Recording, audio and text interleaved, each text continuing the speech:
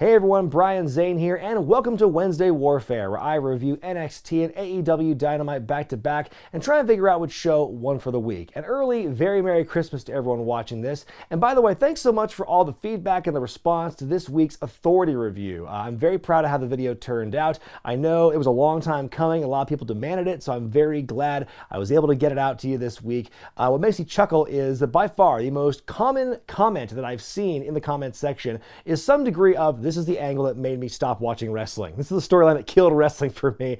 And so, yeah, I thought that was pretty hilarious to see. Clearly, it struck a nerve with a lot of people. So let's go on with the review. And as always, like what you like, don't be a dick. Let's begin. Your opening match for NXT is a street fight for the NXT tag titles as Lorcan and Birch defend against Killian Dane and Drake Maverick. The challengers jump the champs mid-entrance and the fight's on already. In the first 30 seconds, it is already way more of a street fight than the holiday street fight we saw in the main event of Raw this week. Poor Drake Maverick getting worked over while Killian Dane is laid out on the outside. More uncomfortable selling noises. Killian does come back, but then he's knocked off the apron. He's supposed to be through two tables, but he just kind of falls on them and they just kind of topple over. And Wade Barrett with the recovery on commentary. We have reinforced tables here at NXT.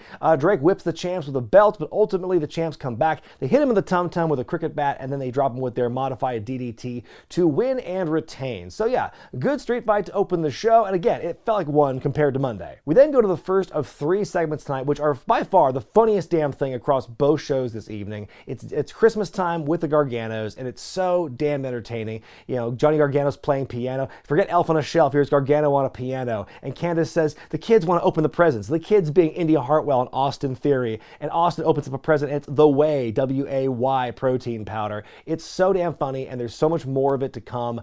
It's the best. We get a video package highlighting the rivalry between Finn Balor and Kyle O'Reilly and what happened in their last match at TakeOver. Then we see backstage Tyler Rust with his new manager, Malcolm Bivens. Rust is officially signed with Bivens Enterprises, and Malcolm refers to him as a diamond in the rust. Our next match is Isaiah Swerve Scott versus Jake Atlas in a rematch from 2 weeks ago when Atlas kind of upset Swerve and Swerve was upset. It's a great cruiserweight match. My favorite spot here is when Atlas goes for a poison Rana off the top and Swerve lands on his feet. Swerve hits a back headbutt in the ropes and hits the confidence boost to win. Gets his win back against Atlas. It's a good match, and afterwards Swerve gives him the crotch chop for good measure. I am liking Swerve's new heelish style. Backstage, Adam Cole and Roderick Strong are being interviewed. They talk about Kyle O'Reilly's chances in the rematch of the title against Finn Balor when suddenly Velveteen Dream walks in, tries to stir the pot and suggests that Kyle O'Reilly has supplanted Adam Cole as the leader of the UE, and then Adam Cole slaps him in the face and says there's no leader here, and he challenges Dream to a match later tonight. Elsewhere, we see Timothy Thatcher cutting a promo on Tommaso Ciampa, says the lesson between them is not complete. He feels disrespected by Ciampa. He's going to take some liberties out on Leon Ruff, and he's daring Ciampa to come out and stop him. Rhea Ripley takes on Dakota Kai in a match where Raquel Gonzalez is barred from ringside, but not the stage area, because she stands there after the commercial break and stares Rhea down as the match goes on. Dakota looks good here. He's got Rhea on the ropes a couple times, but Rhea is just too strong and hits the Riptide to win the match. And so then after the match is over, Raquel makes her way down to the ring, and the referees are all there, but are somehow unable to stop her, just walking down to the ring. And then finally 2 ladies are in the ring. They has fight. Referees and producers come out to stop it, and it's a big pull-apart brawl. I'm definitely looking forward to the blow-off for this, and it turns out later on we find out that, you know, the host of New Year's Evil, Dexter Loomis, there's a bit of him drawing, and we find out he's booking the matches now through art, and he reveals that they're going to have a last woman standing match in 2 weeks at New Year's Evil. Can't wait. Part 2 of Christmas at the Gargano house. By the way, I love the attention to detail on the stockings hung above the fireplace. How Indy Hartwell's stocking has her neck brace on, the picture with her face on it. That's hilarious. Speaking of Indy, she unwraps her present, and it looks to be a PS5 at first, but it's just an empty box, and Johnny says the actual gift is him bestowing the family nickname to Indy, so now she's Indy Wrestling. And Candace says, we support you. We support indie wrestling. God, I love this. Toni Storm and her Tan are interviewed backstage. So what's next for Toni? She wants to challenge Io Shirai for the NXT Women's title. She brings up how she beat Io Shirai to win the Mae Young Classic a few years ago, and now she's Io's newest problem. Elsewhere in the dark chamber of torture and training in some undisclosed location, Xia Li and Boa are at their full strength now. They're no longer bleeding and crying and beat down. They're battle-hardened warriors. I mean, Boa took a kendo stick shot right in the nips and begged for more. Bronson Reed is back on NXT after several weeks off, and I'm loving his new entrance attire with the vest with the city skyline silhouette on it. He's got a little stuffed like dragon or a beast of some kind on his shoulder. It's really cool. He's going against Ashante the Adonis, and I'm like, whatever happened to him? He had some like kind of micro push, it seems, from the last takeover. Whatever happened to him and what happened with that? By the time I'm thinking about that question, the match is already over because Bronson flattens him with the tsunami. Then after that, Io Shirai gets in the ring and calls out Toni Storm, but she's jumped from behind by Mercedes Martinez. No longer a member of Retribution, she's back on NXT, and she beats the bejesus out of Io here, including throwing her through the front of the announce table. I've never seen that done before. She's like curled up in the announce table like she's sleeping in a tauntaun or something, but that's a big return for Martinez and seems to be the next contender for the championship. We go to our final scene of the Gargano family Christmas, and Johnny has gifted Candice the last remaining piece of Shotzi Blackheart's old tank, this busted up wheel. Even though Johnny hates wheels, he loves his wife Candice. They pose for a family picture. As they say cheese, Austin Theory spits out a mouthful of whey protein because he's a big old dummy, and that's where it ends. But seriously, these segments were all amazing in their own way. So many little lines here and there and little references. It was just the best thing. Up next, Timothy Thatcher takes on Leon Ruff, and the story here is Thatcher is just abusing Ruff the entire time, and Leon can hardly get any offense in. But Thatcher takes too much time a grandstanding and a hot dogging because Leon's able to roll Thatcher up for a surprise win. Then afterward, Thatcher wants to put more of a hurting on Leon, but Tommaso Ciampa runs in and plants him with the Willow's Bell, then calls him out for a fight pit match at New Year's Evil, which I'm really looking forward to because I really enjoyed the first fight pit match with Thatcher and Matt Riddle. So I'm really looking forward to seeing what these guys can do.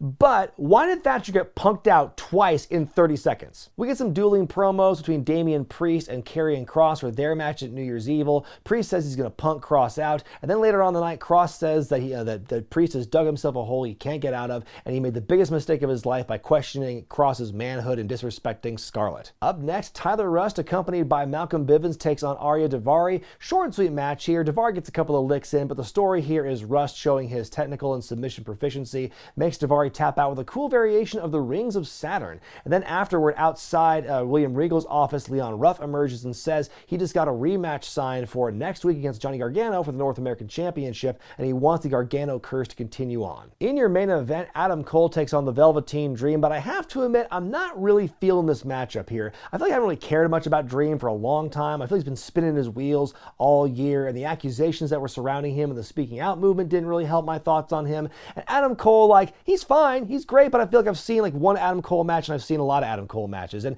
this match was fine. That being said, minutes into the match, Pete Dunne lays out Roderick Strong. We find out they're going to have a match next week. The match itself, like the in-ring stuff, was fine. Adam Cole wins with the last shot, and then he goes, talks to the camera and says that the NXT Championship is coming back to the Undisputed Era, does the hand gestures, and then we fade to black. So, solid main event, but I don't really care about that matchup. AEW's Holiday Bash begins with a tag team match as Chris Jericho and MJF, who, between the two of them, have quite enough gimmicks to walk out to the ring with, thank you, taking on the young team of Top Flight. Good heel work by MJF and Jericho. I love at one point they each take turns like stepping on Dante in the ring as the match goes on. A cool double team move, like it's like a sunset flip into like a slingshot to the outside onto MJF by Top Flight. MJF ends up winning for his team with the Heat Seeker on Darius. Good opening tag team match. Then afterward, Jake Hager gets on the mic in a rare showing here. Hager cutting a promo. He says he's happy with how the Inner Circle has been doing since the reconciliation, but except for Wardlow, who has been absent lately, he challenges Wardlow to a match next week. So the Inner Circle, more turmoil, and MJF does not look happy about this. We get another in-ring interview with Sting by Tony Schiavone, and again Sting is asked why is he here at AEW. Sting lets a little bit more detail come out into why he's at the company now. He talks about how when he was younger, how Dusty Rhodes kind of helped mentor him and mold him into a star against Ric Flair, and so now, all these years later, he sees Dusty's offspring, Cody Rhodes, and what he's doing with AEW, so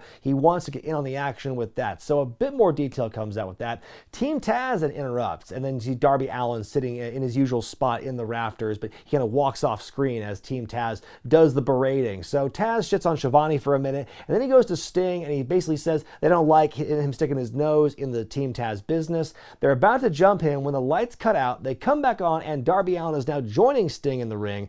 Taz looks at the situation. He decides to walk away. Brian Cage wants a piece, though. He doesn't want to wait until the TNT title match, but Taz and the rest of Team Taz hold him back, and they leave. And the whole thing wraps up with another stare down between Darby and Sting. And you know what? I feel like they're already kind of at risk of running the novelty of Sting into the ground. In his first few weeks, you've already seen like now 2 in-ring interviews that have Team Taz involved. Cody was in the last one, but not in this one. And it's just like, I feel there's too much similarity here. I feel that the next time they use Sting, they got to do something a bit different with him, or just take a break for a little bit, pump the brakes a little bit so Sting can still have some, sting to him. Kind of a rare moment for MJF here, where he first tells the camera guy doing this, he's doing this because it's the right thing to do. So he goes into this room where Santana and Ortiz are playing cards. MJF confides in Santana for the fact that both guys have each lost a beloved family member recently, and so MJF get a little emotional over this. Santana stands up and they embrace. He and MJF hug it out, and that's all settled. Then Ortiz shakes MJF's hand as well, and that's where that thing ends. I thought that was kind of interesting. It's very rare to see MJF showing any kind of like human emotion. It's the first time we've seen that in AEW, and like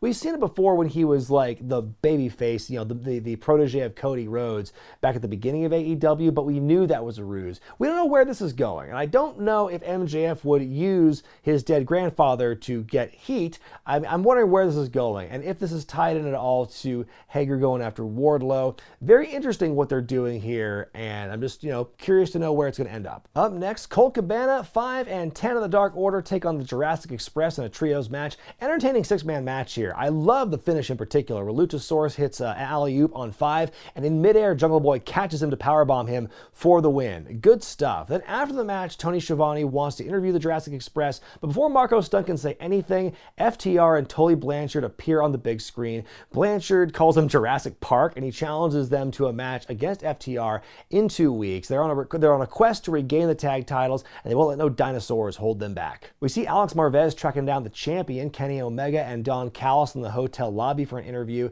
Callis mentions he can't believe that AEW let their wrestlers run amok. Not like an Impact, where so many of their wrestlers have been regularly murdered or close to it. Omega, meanwhile, talks about his opponent for next week, Rey Fenix, saying, Phoenix has a history of choking in big situations. He's also injury prone, so, Phoenix gets injured and Kenny gets championships. The Butcher takes on Pac as Eddie Kingston joins commentary and berates Tony Schiavone the entire time. It's actually a good match between these two, but it's kind of distracting with all the yelling going on in commentary as it's happening. In the end, Butcher takes a bit too much time getting to put away Pac, to the point where Kingston gets up from his desk and he's shouting instructions at him, wants to go to the ring, but Lance Archer shows up and cuts him off. That allows Pac to come back, hits the Black Arrow to win. Then after the match, we see Archer and Pac sharing some words. They're not friends, but they're kind of standing their ground right now. It seems like they're kind of taking turns or trying to figure out who's going to be the first one to get a shot at Kingston and his family. But yeah, good match. We get a promo from Jade Cargill, who says, how convenient is it that as soon as she shows up, Brandy Rhodes take time off because she's pregnant. She says she wants an opponent that's worthy of her time. And then we see on the stage Miro, Kip Sabian, and Penelope Ford about to do the wedding date announcement. They're razzing Tony Schiavone again. Man, what did Tony do to deserve this treatment tonight? They're about to make the announcement, then the Best Friends music plays. They get freaked out, but psych, it's all a ruse. Turns out Trent is beaten down and being put in an ambulance as Chuck and Orange Cassidy join him in that. So there goes the alluded to interference they talked about last week. So they announced that the wedding's going to take place at Beach Break on February 3rd. It'll be a beach wedding, and Kip says this will define the company's history. That's a very bold claim for a wrestling wedding, but now we know the date is on. Well, for the last couple of weeks, the Dark Order's been trying to recruit Dustin Rhodes, and he's been saying no, and that leads to this match as Dustin takes on Evil Uno, who begins the match with an open-handed slap to Dustin's face. And this is a great match here. These two are just going for it here. At one point, Dustin kicks out of a pile driver like 2.99, ends up coming back with a running bulldog to win. After the match, though, Evil Uno offers his hand out once again. Dustin rebukes him, and then in comes Stu Grayson, and he beats up Dustin for a bit. QT Marshall tries to make the save, but he gets beaten down as well. Ultimately, Lee Johnson of the Nightmare Family hits both Stu and Uno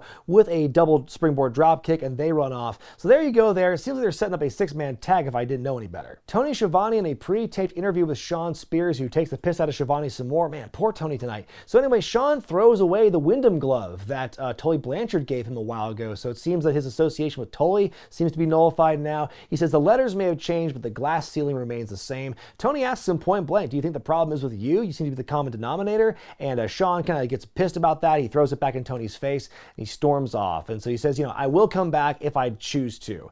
And that's how it ends. Man, I feel bad for Sean Spears here. So many start and stop pushes and storylines since coming to AEW. Like, remember when he was looking for a tag team partner? Remember when he had the loaded glove and everything and was and doing the thing with Tully Blanchard? That seems to be going nowhere. You wonder where this one's going to go. The women's champion, Hikaru Shida, is interviewed backstage, but before she can say anything, Abaddon jumps her, and so then that gets broken up by officials. Shida goes out for her match with Alex Garcia. As the match goes on, Abaddon shows up again at ringside. Shida beats her up, almost gets counted out, gets back in the ring. She's able to recover and hits a Falcon Arrow on Gracia to win her match. So how strong is a champion to be able to not only violently withstand an outside interference or distraction and go on to finish the match in due time? So then afterward, though, Shida goes to confront Abaddon again and kind of pokes her with the kendo stick, but Abaddon fights back like a zombie. They're fighting more, and Abaddon bites Shida in the neck. A great shot, too, because you got the shot, you see Abaddon's eye just poking out there as the bite's going on. And who would have guessed we'd see 2 lady neck bites in a single year? The one with Shayna Baszler and Becky Lynch feels like 100 years ago, but it did happen in 2020, and it's bookended. Shayna Baszler and Becky Lynch, Abaddon and Hikaru Shida. We find out they're having a women's championship match next week. And this segment here with Abaddon and Shida, and the whole build for these two has actually been really good. In your main event for the AEW tag titles, the Young Bucks defend against the Acclaimed. And this is a great main event. I've said before how much I enjoy the Young Bucks, especially when they wrestle younger, less established teams, and it kind of makes them come up to their level, and it just makes it for a better match, I think. There's another example of that because the Acclaimed looked great here. In the end, referee Rick Knox is plastered with a super kick on accident, and then that allows for a boombox attack that does not ultimately get the job done. Matt powerbombs Bowens through the timekeeper's table, the BTE trigger onto Caster. The Bucks win and retain in a very competitive main event match. Well, this is normally the time where I pick a winner for the week, but this is the holiday season and I'm feeling very generous right now, so I'm going to give both shows the win this week. But if I were to pick one winner, it would be AEW. Now, the segment of the night by far was the Johnny Gargano Christmas, the family thing with The Way. That was amazing, but overall, I think AEW had a lot more entertaining matches. I also love the fact they gave 2 young tag teams these big platforms, the opener with Top Flight and the main event with the Acclaimed, and I think both teams really delivered in their own ways. And these 2 teams are the teams of the future. That's my bold prediction. Whether it's AEW or somewhere else, they're going to make a lot of money in the years to come. And so concludes the final Wednesday Warfare of the year 2020. Here are your final scores. No Wednesday Warfare next week. In fact, no nightly shows reviewed next week. So no Raw, SmackDown, AEW, or NXT. And by the way, no SmackDown review this Friday night on Christmas. Obviously. I do have one more video dropping this month. It's my WCW Greed review coming out next Wednesday, but I want to take this time to thank all of you for making 2020 such a great year for this channel. Now, 2020 has been kind of a shitstorm on the outside world, but here in the channel, it's been the strongest I think it's been in a long time in terms of content. I've been putting out some work I'm really proud of, and the fan interactions have been absolutely wonderful. You folks have made all of this possible, and I cannot thank you enough. So 2021, I'm very optimistic for the future of this channel and the future of wrestling. Hopefully we can get back to running full shows and having crowds again. I can get gigs again. I miss being at ringside. I miss being on the loop with Ring of Honor. I miss all those things, and I hope that 2021 can bring those things back. So happy holidays, everyone. I'm Brian Zane. I'll see you next time, and let's have a happy 2021.